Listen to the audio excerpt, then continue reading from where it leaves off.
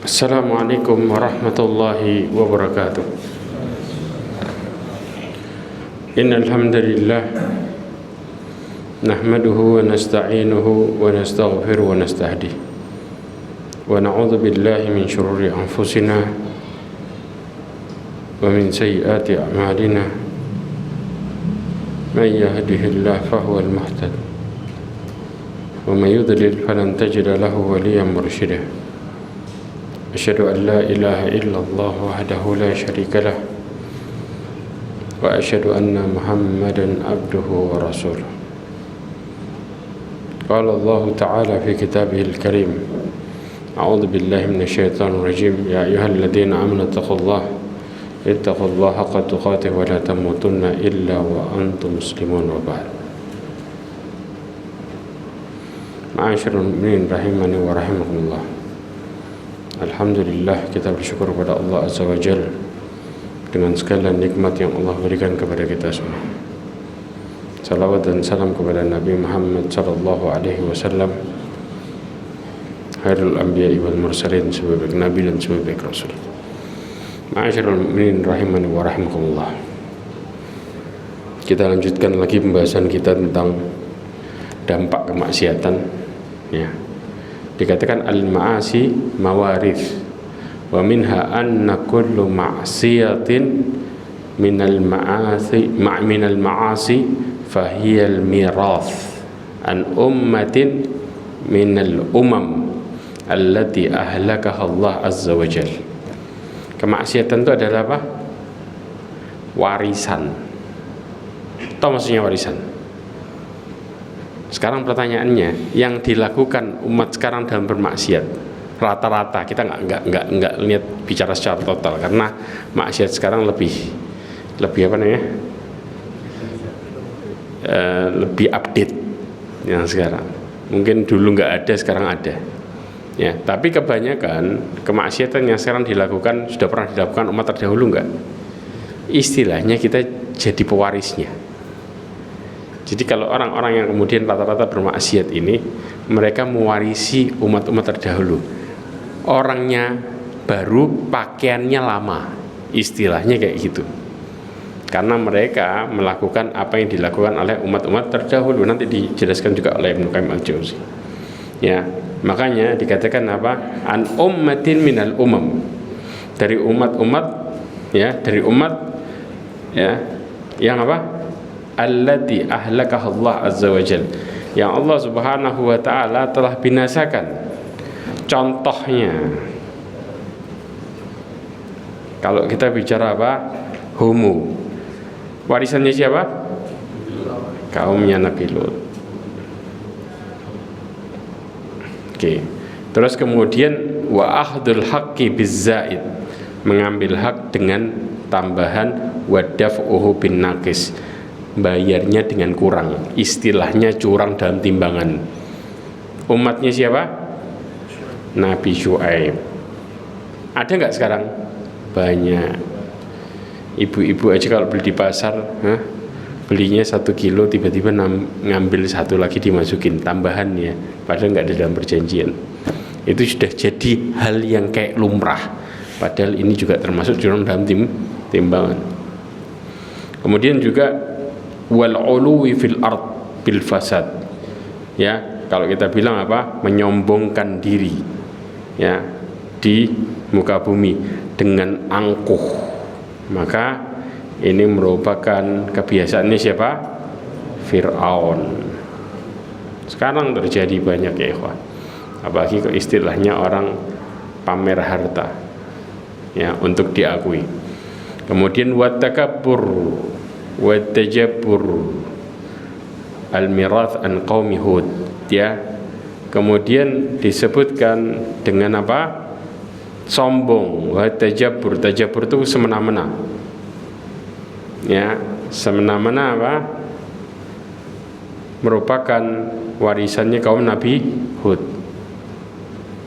Hud ini siapa kaumnya? Kaum Ad. Wa ila adin akhahum huda qala ya qaumi ibudullah ma lakum min ilahin ghairuh. Kemudian fal'asi la bithiyab ba'dhi hadhil ummam wa hum a'da Allah. Sedangkan orang yang bermaksiat itu memakai pakaian sebagian umat-umat terdahulu, ya, sedangkan mereka adalah musuhnya Allah. Kalau istilahnya musuhnya Allah, maka otomatis hancur. Nanti kita akan lihat bagaimana efek-efeknya yang terjadi. Bahkan ada umat yang hidupnya nikmat, ya, kemudian berbalik jadi sengsara. Kita juga akan lihat, ya.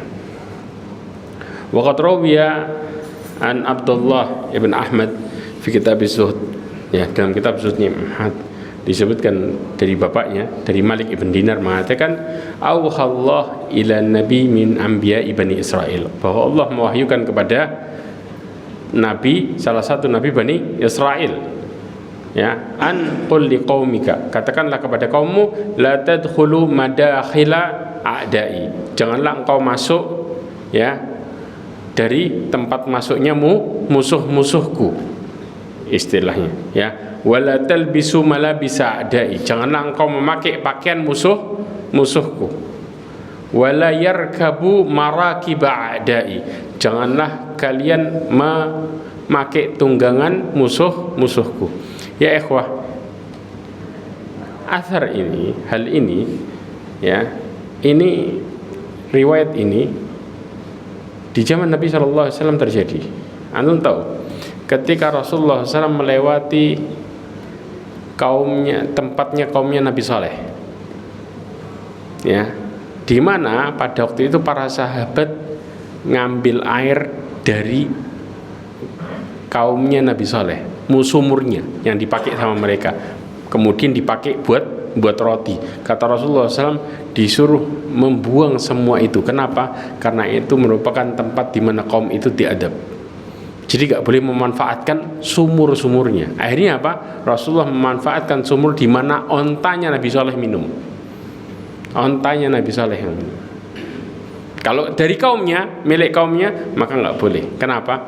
Karena itu pernah menjadi apa? Tempatnya musuh-musuh Allah Azza wa Jalla.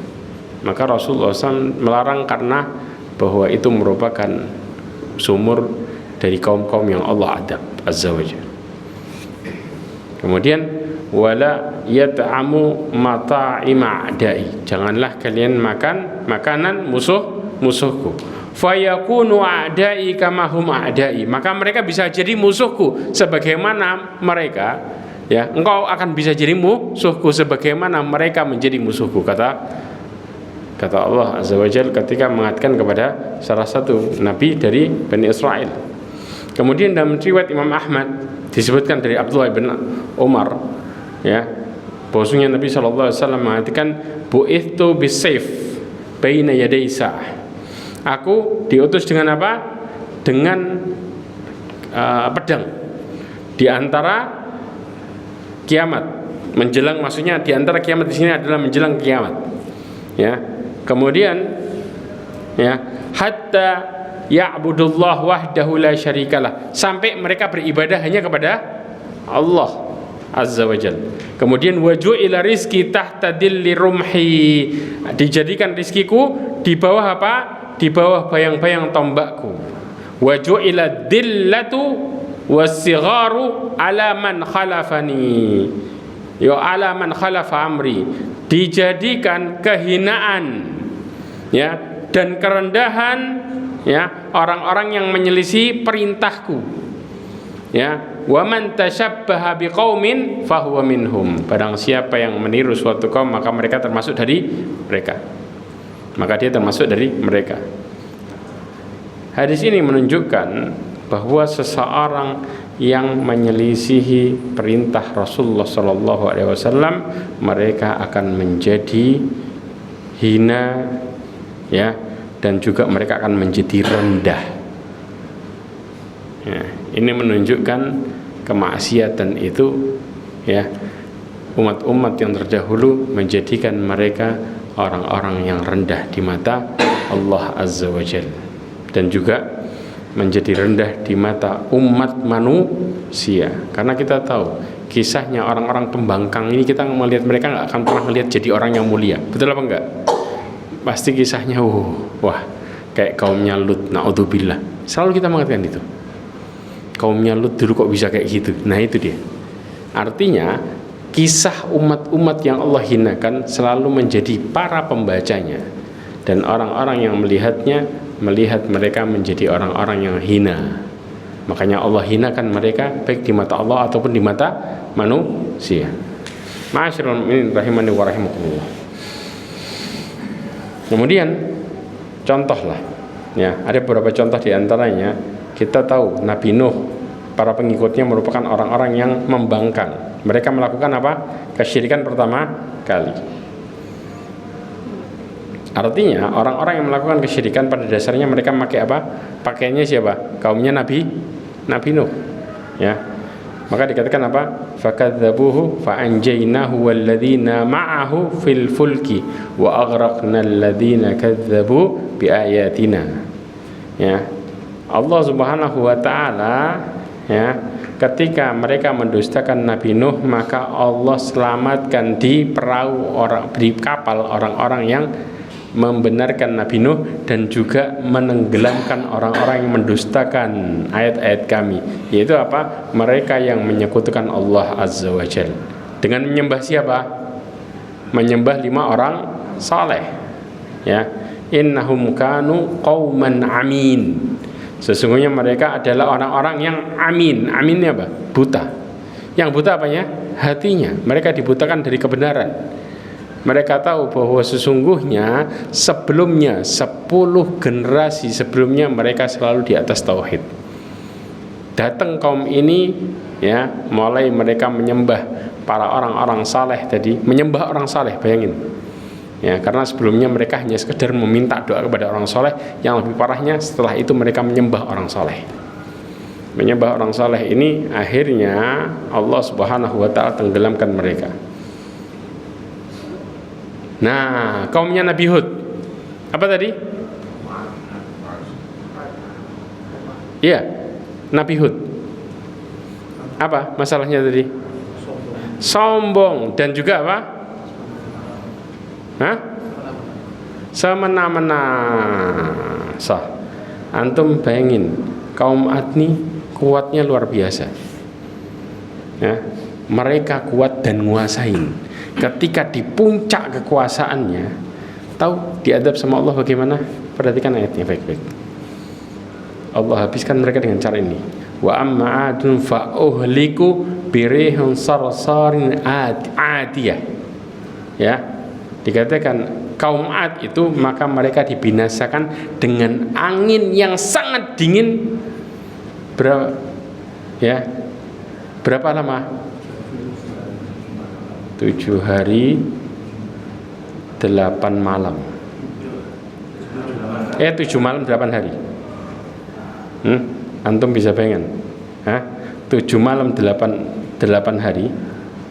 Ya, ini dalam posisi anginnya dingin luar biasa sehingga mereka jadi, kalau kita bilang apa? Gedeboknya bukan pisang, korma. Beda ya, gedeboknya korma. Tahu pohonnya korma, tahu ya? Pohon korma itu kalau diketok, kalau kosong gimana? Mereka beku jadi kayak gitu. Dan itu berjatuhan, gelepek. Antum pohon korma kalau ditebangi gimana? Yaitu badan mereka kayak gitu sudah. Kaku, ya, karena Allah kasih angin 7 hari 8 malam dingin. Dinginnya luar biasa sampai buat mereka jadi apa? Kaku semuanya. Ya. Maka Allah mengatakan sakharaha alaihim sab'a layalin wa thamaniyata ayyamin husuma fataral qauma fiha sar'a ka'annahum a'jazun nakhlin khawiyah. Na'udzubillah min dzalik. Maka kata Allah Subhanahu wa taala, engkau akan lihat kaum Ad mati bergelimpangan seakan-akan apa? Kayak pohon-pohon kurma, ya gedeboknya lah istilahnya, yang telah kosong lapu. Kalau diketok apa? Tok tok tok. Nah, persis kayak gitu. Sudah badannya kaku, dalamnya apa? Hancur, kosong. Ya. Jadi Allah buat beku semua. Ya. Dan nggak ada istilahnya anget-angetnya, nggak ada. Angin dingin luar biasa. ya, yang buat mereka semua kaku. Ya. Fahal tara lahum min baqiyah. Kata Allah SWT, apakah engkau melihat seorang pun di antara mereka yang tersisa? Ya, enggak ada. Habis semuanya. Padahal mereka apa? Pada waktu itu di puncak kesombongannya, mereka menguasai, ditaklukkan semua daerah di sekitarnya. Kenapa? Karena dia kaum paling kuat.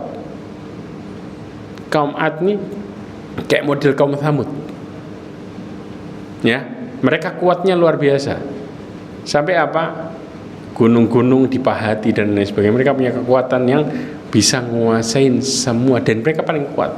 Maka mereka menyombongkan diri, Allah jadikan mereka seperti pohon kurma yang kosong. Na'udzubillah min dzalik. Ma'asyiral mu'minin rahimani wa rahimakumullah. Disebutkan oleh Syekh Abdurrahman bin Nasir As-Sa'di dalam kitabnya Taisir Latif Al-Mannan, ya, fil Khalas Tafsir Al-Karim. Ini dia. Setelah mereka menguasai dunia dan mencapai kemuliaan, semua kebutuhan mereka terpenuhi. Anda bisa bayangin, kabilah di sekelilingnya tunduk sama mereka. Artinya di puncak kenikmatan dunia. Jadi Allah selalu membuat seseorang itu kalau mau dimatikan su'ul khatimah, Allah buat apa? Puncak kenikmatan dunia dikasih sama Allah Azza wa Jalla. Tiba-tiba Allah mengirimkan ain yang sangat dingin dan sangat kencang. Setiap hari-hari bencana mereka merasakan kehinaan di dunia. Kemudian akhirnya apa? Allah matikan mereka dan Allah berikan mereka adab di akhirat secara langsung. Ya, Anda bisa bayangin nggak? Di puncak kehidupannya Allah berikan perkara ini. Kemudian kaumnya secara umum, ya, kaum itu Allah Subhanahu wa taala adab dengan cara seperti ini. Kata Allah Subhanahu wa taala dalam surat Al-An'am ayat 67, "Qul huwa qadirun ala ayyab'atsa 'alaikum 'adzaban min fawqikum aw min tahti arjulikum aw yalbisakum syi'an wa yudhiqa ba'dakum ba'sa ba'din duru kaifa nusarriful ayati la'allahum yafqahun." Allah Subhanahu wa taala mengatakan, katakanlah Dia yang berkuasa untuk mengirimkan adab kepadamu dari atasmu atau dari bawahmu, ya, atau dicampurkan kaummu dengan golongan yang saling bertentangan. Artinya ketika seseorang zalim akan dikumpulkan bareng-bareng dengan orang zalim, ya, karena Allah mengatakan apa? Begitulah kami apa? Jadikan orang yang zalim menguasai sebagian yang lainnya. Artinya orang zalim kumpul sama orang zalim. Ini yang terjadi. Kemudian dan merasakan kepada sebagian mereka keganasan sebagian yang lain. Jadi orang zalim bakal ngerasain orang zalim juga. Ini cara Allah Subhanahu wa taala mengadab orang-orang terdahulu, ya, tentang bagaimana perbuatan zalimnya. Dari sini ya ikhwah, ya, bahkan Rasulullah SAW pernah berdoa, ya, di mana 3 doanya Rasulullah SAW dikabulkan 2, 1 ditolak. Rasulullah berlindung dari efek keburukan orang-orang terdahulu, ya, kayak contohnya kaumnya Fir'aun, ya, kemudian kaumnya siapa namanya yang dikasih banjir, Nabi Nuh, ya. Ini doa Nabi SAW. Akbalna, dalam kisahnya dari Sa'ad ibn Abi Waqqas diriwayatkan, hadis ini diriwayatkan oleh Imam Muslim, dikatakan akbalna ma'a Rasulullah sallallahu alaihi wasallam hatta mararna ala masjid Bani Muawiyah. Ya, kami pergi bersama Nabi sallallahu alaihi wasallam sampai kami melewati apa? Masjidnya Bani Muawiyah. Fadakhala Rasulullah sallallahu alaihi wasallam fa shalla rak'atain.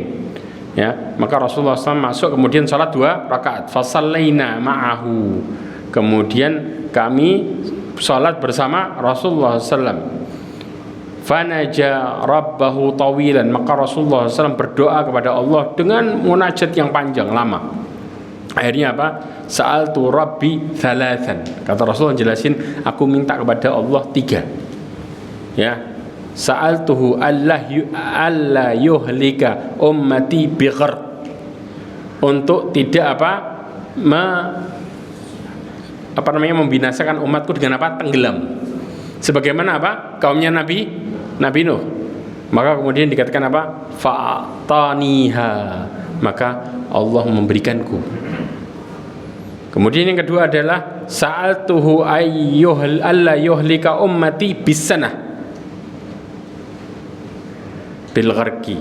Dikatakan aku meminta kepada Allah Subhanahu wa taala tidak membinasakan umatku dengan apa? Dengan, kalau kita bilang apa? Paceklik. Ya, paceklik itu apa? Kemarau. Ya, sanah bisanah gharqi ini maksudnya apa? Dengan paceklik yang berkepanjangan sampai orang kemudian susah makan dan lain sebagainya.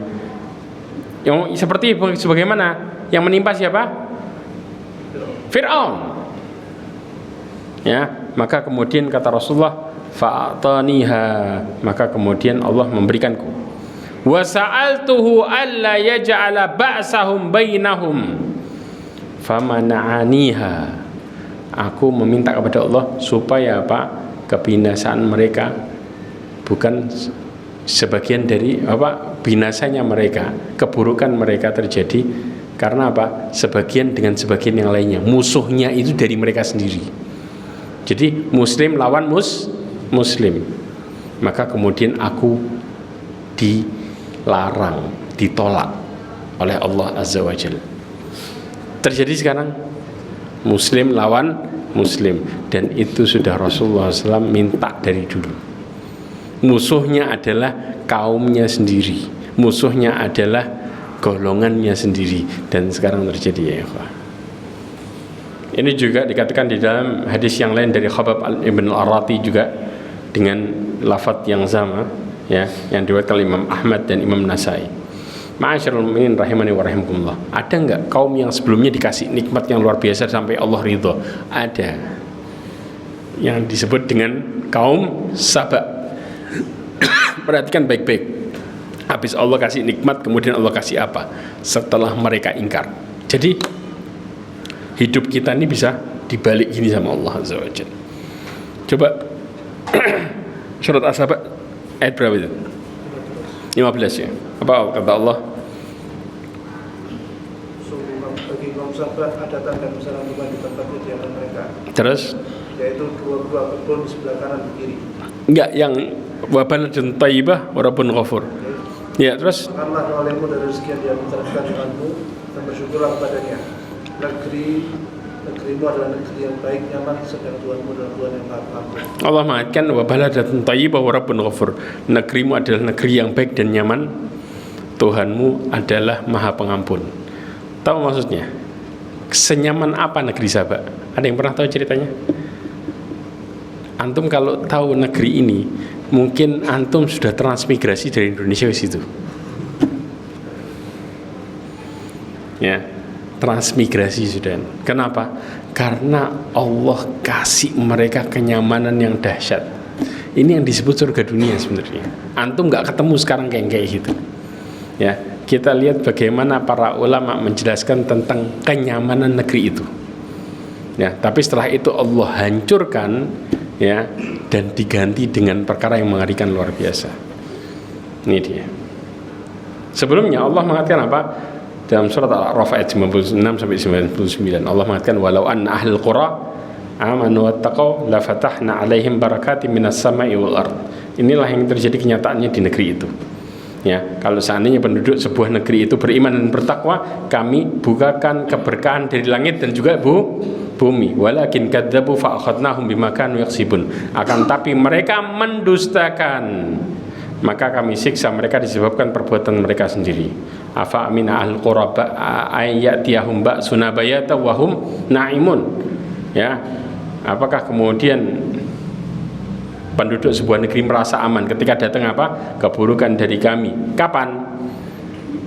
Pada waktu mereka tidur malam, sedangkan mereka dalam posisi tertidur. Awamin ahlul qura, apakah sebuah negeri itu merasa aman? Ayatiyahum ba'suna duha, pagi datang keburukan apa? Datang malapetaka, adab Allah pagi. Wahum yal'abun, sedangkan mereka sedang bermain. Ya, artinya mereka nggak akan pernah selamat dari murka Allah Azza wa Jalla. Kapanpun Allah datangkan, mau tidur, mau dalam posisi sedang mereka terjaga, ketika Allah timpakan kepada mereka malapetaka, maka mereka tidak akan pernah merasa selamat sama sekali dan aman. Ya, karena Allah mengatakan apa? Fala ya'manu makrallah illal qaumul khasirun. Ya, maka tidak akan pernah merasa aman dari makar Allah, dari adab Allah, kecuali orang-orang yang merugi. Karena orang-orang yang durhaka kepada Allah, mereka yang bermaksiat, mereka yang merasa hidupnya nyaman di dunia. Sedangkan orang-orang yang taat, mereka akan selalu waspada terhadap dirinya sendiri dari apa yang dilakukannya. Paham? Tapi orang-orang yang merasa bahwa mereka tidak bermasalah hidupnya, sedangkan mereka bermaksiat, mereka adalah orang-orang yang merugi, kata Allah Azza wa Jalla. Nah, dari sini kaum sahabat, coba perhatikan, mereka mempunyai lembah. Antum bisa bayangin nggak? Sifatnya baik-baik, ya. Yang menjadi sungai besar yang dilalui air hujan. Jadi mereka punya tempat penampungan hujan. Berarti apa? Hujan terus nggak dari situ? Ya. Kemudian apa? Mereka membuat bendungan yang kuat, ya. Setelah itu menampung air hujannya dengan jumlah banyak. Kemudian dari bendungan itu mereka alirkan ke kebun-kebun mereka yang berada apa? Kanan dan kiri. Antum bisa bayangin nggak? Kalau sudah dialirkan dengan air sungai-sungai dari air hujan tuh, ya ikhwah, air hujan tuh bisa numbuhin macam-macam, betul nggak? Allah turunkan dari air hujan semua yang sebelumnya mati jadi hidup. Ya, istilahnya kalau orang juga hujan-hujan, yang penting persepsinya benar, maka mereka juga sehat sebenarnya. Sekarang kita hujan, ayo nanti kalau hujan-hujanan sakit, siapa bilang? Allah jadikan air hujan itu berkah. Antum tahu, di Saudi saking jarangnya hujan, anak-anak keluar hujan pulang sehat semua, bapaknya nyuruh hujan-hujan, malah hujan-hujan. Karena Allah turunkan hujan itu keberkahan. Makanya kita berdoanya apa? Allahumma sayyiban nafi'ah. Tapi justru sebaliknya, persepsi kita, ya, karena sering hujan jadinya apa? Jangan hujan-hujan, nanti sakit katanya. Sakit beneran. Karena kita suudzon di situ. Karena hujan itu berkah sebenarnya. Ya. Bahkan subhanallah, ya, dari air hujan ini sehingga Allah jadikan kebun-kebun mereka subur, menghasilkan buah-buahan yang mencukupi kebutuhan mereka. Dan tahu nggak cara manennya? Ada yang tahu? Zaman sekarang nggak ada cara manen mereka, nggak akan ketemu sama sekali. Ini manen, ya, istilahnya manen otomatis tanpa alat. Ya, sekarang saya jelasin. Al-Imam Suddi dan Imam Muqatil mengatakan apa? Kalau seseorang wanita berjalan di bawah pepohonannya dengan keranjang di atas kepalanya, maka keranjang itu akan penuh secara otomatis, ya, tanpa memetiknya. Jadi buah matang jatuh pas di keranjangannya, full ditaruh. Nanti taruh keranjang kosong, jalan lagi, buahnya jatuh sampai di keranjangnya pas, taruh lagi. Ada teknologi kayak gitu sekarang. Buah belum matang kepanen pakai teknologi sekarang, betul nggak? Zaman dulu nggak ada, nggak pakai, tinggal taruh keranjang kosong, jalan aja lurus, jalan biasa. Buahnya itu pas jatuh di keranjangnya, dan yang jatuh matang lagi semuanya. Matangnya matang pohon, kebayang nggak nikmatnya? Zaman sekarang buah matang apa? Karbitan. Ya, makanya orang penyakitnya macam-macam kan. Zaman dulu nggak pakai, matang pohon. Kita buat dapat matang pohon, balapan sama codot, cepet-cepetan mana yang dapat duluan, betul nggak? Iya. Subhanallah, sampai susah buat nyari matang pohon kita. Zaman dulu nggak, ya ikhwah. Allah, ini baru satu kita bicara, ya. Kenapa? Karena dua kebun itu luas, hamparan yang luar biasa luasnya, ya, tanahnya subur menghasilkan berbagai macam buah-buahan. Mereka mendapatkan kesenangan dunia saking suburnya. Yang berikutnya, udaranya gimana? Wah, antum kalau dapat negeri ini hijrah antum ke sini. Ya, kenikmatan yang luar biasanya disebutkan cuaca udaranya baik. Ya, sehingga ketika seseorang melewati ya negeri mereka sedang dipakainya ya, maka apa? Mereka apa? Pakaiannya apa? Nggak ada apa? Kutu, ngengat, semuanya mati karena udaranya sangat baik. Jadi kalau kita pakai pakaian ada kutunya, kutunya mati langsung lewat situ. Kebayang nggak? Binatang masuk situ nggak nyaman karena Allah buat udaranya bersih dari polusi. Kebayang? Belum lagi masih ada nyamuk. Ada nggak nyamuk? Nah, yang biasa digigit nyamuk ya, di sana tidak ditemukan apa? Nyamuk, lalat, serangga, kalajengking, ular. Binatang berbisa nggak ada, nyamuk nggak ada, binatang-binatang yang ganggu nggak ada, bersih semuanya. Ya, dan ini disebutkan dalam perkataan Ibnu Zaid ya dalam tafsir At-Tabari. Kemudian yang lebih luar biasanya lagi bahwa Allah Subhanahu wa taala senantiasa mengampuni mereka karena mereka apa? Mereka bertauhid kepada Allah Azza wa Jalla. Mereka awalnya bertakwa sama Allah, bertauhid sama Allah. Artinya mereka berbuat dosa enggak? Berbuat dosa tapi balik lagi sama Allah karena mereka selalu yakin sama Allah Azza wa Jalla. Lihat negerinya ya, bahkan Al-Imam Qatadah mengatakan bahwa Rabb kalian mengampuni dosa kalian ya, kemudian apa? Yang telah diberikan kenikmatan. Makanya kemudian Allah Subhanahu wa taala sehingga memberikan hidup mereka nyaman luar biasa. Kalau orang bilang ada negeri kayak gitu, mereka sebut apa? Surga. Betul apa enggak? Bayangin kita surga kayak gitu kan, enggak ada gangguan, enggak ada apa, nyaman. Udaranya sejuk nikmat. Ya, ada kutu, ada orang dari negeri lain masuk ke situ ada kutunya, hilang kutunya. Nah, ada nggak negeri yang kayak gitu sekarang? Tinggal sisa cerita aja. Di zaman dinasti Abbasiyah itu sampai ada gandum besarnya sebesar biji kurma. Ketemu nggak antum gandum sebesar biji kurma? Gandum sekarang sebesar apa? Beras, tambah kecil-kecil. Dulu gandum itu sampai sebesar biji kurma. Dan di keranjangnya ditulisi, ini gandum yang kami panen di zaman kemakmuran, ketaatan. Jadi pas mereka lagi taat, gandumnya gede-gede. Tapi pas mereka lagi ingkar, Allah kecilin gandumnya, kecil-kecil.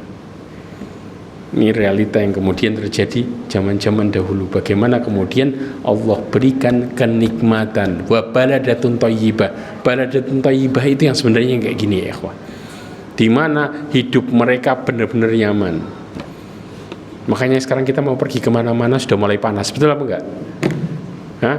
Datang ke Batu dulu ceritanya orang dulu istilahnya sejuk-sejuk, mulai turun sekarang. Kenapa? Karena kemaksiatan yang luar biasa. Artinya kita bicara negeri yang nyaman mulai hilang dan tinggal sisa cerita karena kemaksiatan yang dilakukan. Dan kemaksiatan itu merupakan warisan yang terjadi dari zaman siapa? Zaman dahulu, sehingga Allah adab. Zaman sekarang sama, ketika warisan itu mereka pakai, maka otomatis Allah akan mengadab mereka terus-menerus. Nah, pertanyaannya sekarang ya, bagaimana warisan itu dan apa yang terjadi? Ya ikhwah, saya kasih contoh Nabi Syuaib ya, di mana mereka mempunyai kejahatan berapa? Ada 3 kejahatan ya, dan ini disebutkan ya di dalam maratibul ijma'. Yang pertama adalah kejahatannya syirik kepada Allah Azza wa Jalla ya. Yang kedua adalah menghalangi orang-orang mendatangi Nabi Syuaib untuk mendengarkan dakwahnya. Yang ketiga adalah berbuat zalim kepada orang lain dengan mengambil harta mereka tanpa hak. Artinya apa? Orang yang lewat mereka pajaki. Tahu pajaki? Ya, karena tempatnya Nabi Syuaib itu strategis. Tempatnya Nabi Syuaib sekarang di daerah namanya Yordan, dekat sama tempatnya Nabi Lut. Jadi subhanallah, tempat adab ini jajaran sebenarnya. Ya, dekat gak jauh sampai tempatnya Nabi Lut. Tempatnya Nabi Syuaib ini lereng yang kalau antum ke sana sejuknya luar biasa. Tempatnya begitu indah. Ya, diapit dengan 2 gunung, yang 2 gunung ini hijaunya. Subhanallah. Ya. Dan disitulah mereka kemudian Allah Subhanahu wa taala adab, habiskan mereka. Ketika dihabiskan oleh Allah Azza wa Jalla karena kesombongan mereka, karena keangkuhan mereka. Kenapa? Mereka jadi kota itu apa? Kalau kita bilang apa? Tukang malak pinggir jalan itu apa? Perompak. Sudah. Karena mengambil hak orang. Kemudian dari 3 hal ini tadi mereka lakukan adalah ada 3, yaitu mengurangi takaran dan timbangan, merampas hak orang lain yang lewat di wilayah mereka, dan menarik pajak tanpa ada timbal balik sama sekali. Pokoknya orang lewat harus diambil. Kenapa? Karena mereka ngerasa badannya kuat. Akhirnya Allah timpakan kepada mereka apa? Angin dingin berapa hari? 7 hari 8 malam. 7 malam 8 hari. Kaumnya Nabi Syuaib.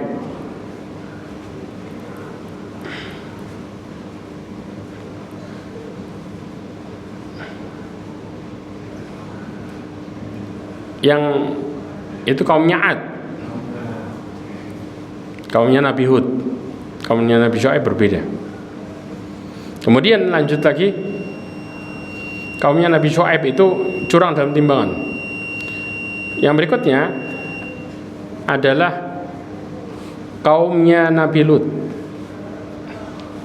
Perhatikan kaumnya Nabi Lut. Pertanyaannya, apakah kemudian mereka hanya sekedar liwat aja? Jawabannya enggak. Nih, 3 kemungkaran yang mereka lakukan. Dan ini dalam tafsir surat Al-Ankabut ayat 29. Ya. Mereka itu bukan sekedar apa? Homoseksual, tetapi mereka juga jadi perompak. Tapi perompaknya siapa? Perompaknya manusia. Bukan dibayar pakai harta, tapi dibayar pakai orang. Cara merompaknya saya jelasin juga. Kita tutup dengan ini. Kemudian wa ta'tuna fi nadikumul munkar. Ya. Mereka mengerjakan kemungkaran di tempat-tempat pertemuan mereka, kumpul mereka. Apa aja yang mereka lakukan? Nah, ini. Yang pertama, mereka melakukan secara umum homoseksual. Yang kedua, motong jalan. Istilah motong jalan disebut dengan istilah merompak. Istilahnya juga ya, bahwa mereka memutuskan keturunan, tidak mendatangkan laki-laki tidak mendatangi perempuan. Ya. Bahkan mereka juga motong jalan dengan cara apa? Kalau ada orang yang lewat, mereka biasanya melempar, ya, dengan bawa piring isian kerikil, kemudian dilempar. Siapa yang mengenai orang itu, maka dia berhak untuk menggaulinya. Contoh, ada laki-laki lewat, ganteng nih, dilempar sama dia. Duluan, begitu batunya salah satu yang mengenai laki-laki itu, dia yang berhak menguasain orang itu. Jadi yang dirompak siapa? Orangnya.